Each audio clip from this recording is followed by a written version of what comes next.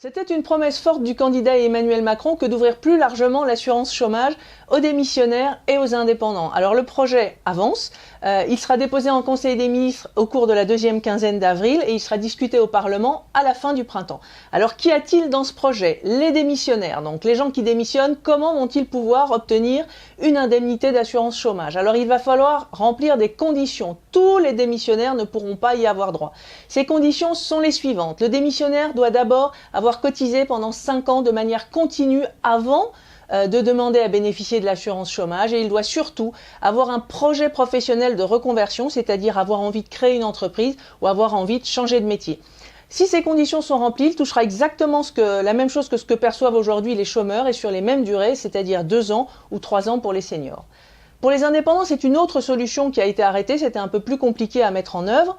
Et là, c'est une indemnité forfaitaire de 800 € qui sera versée aux indépendants pendant 6 mois. Là encore, il y a des conditions. Tous les indépendants ne sont pas concernés. Ces conditions sont au nombre de 2.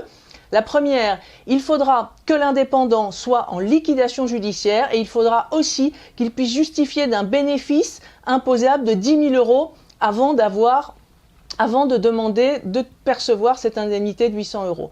Alors voilà, une fois que ces conditions sont remplies, les indépendants pourront donc avoir droit à l'indemnité chômage. Ça recouvre tous les indépendants, les agriculteurs, les commerçants, les artisans, les micro-entrepreneurs. Par ailleurs, est-ce que ces indépendants du coup vont devoir cotiser à l'assurance chômage? Eh bien non, ça sera bien financé, cette nouvelle indemnité, sur la hausse de la CSG.